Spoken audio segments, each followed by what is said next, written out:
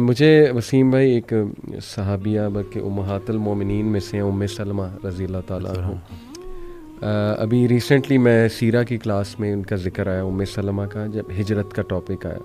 ام سلمہ کے شوہر تھے ابو سلمہ، اور ان کے ایک ہی بیٹے تھے. ان کے بیٹے کی عمر 2.5-3 سال تھی. تو یہ دونوں نے ماشاءاللہ ہجرت حبشہ بھی کی، اور جب مدینہ ہجرت فرما رہے تھے رسول اللہ صلی اللہ علیہ وسلم، جب حکم آیا تو یہ اور ان کے ہسبینڈ اور ان کا بیٹا جو ہے وہ ہجرت کے لیے نکلے.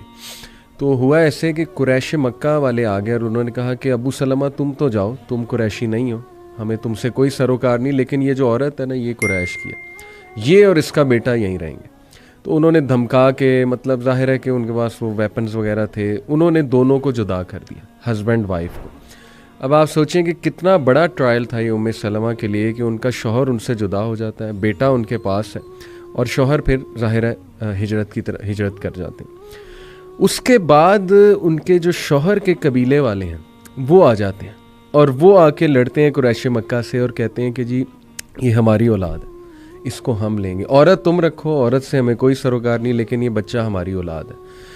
اور لڑائی ہوتی ہے یہاں تک کہ ایک طرف سے وہ کھینچ رہے ہوتے ہیں، ایک طرف سے قریش مکہ بچے کو کھینچ رہے ہوتے ہیں، اور بچے کا نا آرم ڈسلوکیٹ ہو جاتا ہے. تو وہ چیخ اٹھتی ہیں درد سے ام سلمہ اور کہتی ہیں کہ خدا کے لیے بس تم لے جاؤ اس کو، لیکن اس بچے کو چھوڑ دو.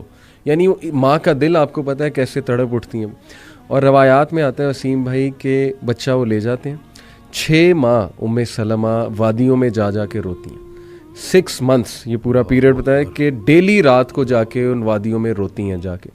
یعنی آپ دیکھیں کس اینگوش اور کس پین میں وہ مدر ہوگی کہ شوہر بھی، لیکن ہوپ تھا، اللہ سبحانہ و تعالیٰ کے لیے کر رہی تھی نا، اور انہیں پتا تھا کہ اللہ کی طرف سے ٹیسٹ ہے، اور میری نیت تھی، میرے شوہر کی نیت تھی، ہم نے رسول اللہ صلی اللہ علیہ وسلم کے پاس جانا ہے، ہجرت کرنی. That kept her alive, mashallah. That kept her moving on daily, getting up with the motivation and hope. Although بندہ روتا ہے بہت، جیسے میں نے کہا 6 ماہ وہ روتی رہیں. پھر ہوا یہ کہ ان کے جو لوگ تھے انہیں ان پہ ترس آیا کہ یہ بہت روتی ہیں، 6 ماہ روتی رہی ظاہر ہے. تو انہوں نے پھر ریکویسٹ کی اور صلح صفائی کرا کے ان کا بچہ ان کو واپس لوٹا دی، اور پھر انہیں اجازت بھی دے دی گئی کہ جی آپ جائیں ہجرت کر جائیں. اور وہ ہجرت کر کے گئی ہیں. اور وسیم بھائی ہمیں یہ پتہ ہے کہ ان کے شوہر کی ڈیتھ پھر ہو جاتی ہے ابو سلمہ کی، اور ان کی دعا بڑی مشہور ہے ام سلمہ کی. جب ان کے شوہر کی ڈیتھ ہوتی ہے تو یہ کہتی ہیں انا للہ و انا الیہ راجعون، اللہم اجرنی فی مصیبتی واخلف لی خیرا منہا. کہ اللہ، ایک تو انا للہ و انا الیہ راجعون کا تو ظاہر ہے میننگ ہمیں پتہ ہے، اور اللہ اس سے بہتر اب چیز مجھے جو ہے عطا کر، یہ جو میرا لاس ہو گیا.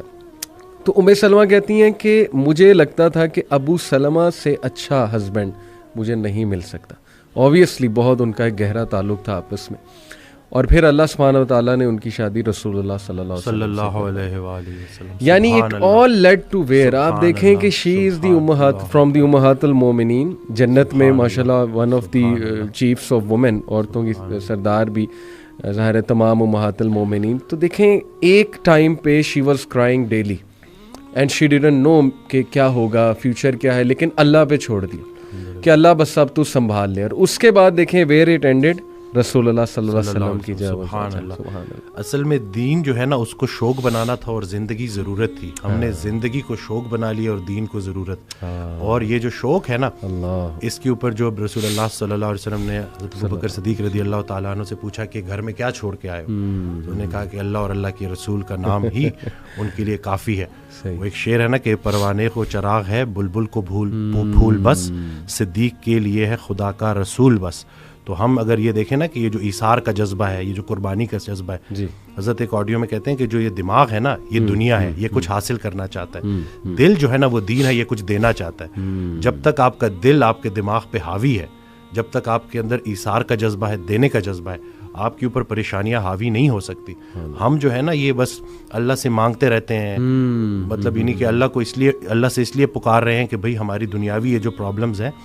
بلکہ حضرت کو ایک جملہ تو اسے تو میں مطلب بالکل نا میرے رونگٹے کھڑے کر دیے، اور کہتے ہیں حالات ایسے ہو گئے ہیں کہ آج اگر انسان سے پوچھا جائے کہ اللہ اور پیسے میں سے کسی ایک کو چنو تو انسان پیسے کو چنے گا. اس حد تک یہ خطرناک ہو گئی ہے بات کہ یہ پورا کا پورا ایک مطلب نعوذ باللہ ایک معبود بن گیا. یہ جو پیسے کی محبت بالکل ایسی.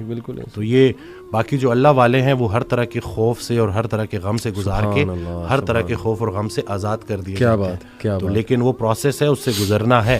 ایسا ہو نہیں سکتا کہ اللہ تعالیٰ آپ کو بغیر پروسیس کے گزارے آپ کو کوئی اچھا مقام دے دے. کیا بات. یعنی کہ جو اچھے وقت کا انتظار کر رہا ہے اس پہ اچھا وقت ضرور آئے گا.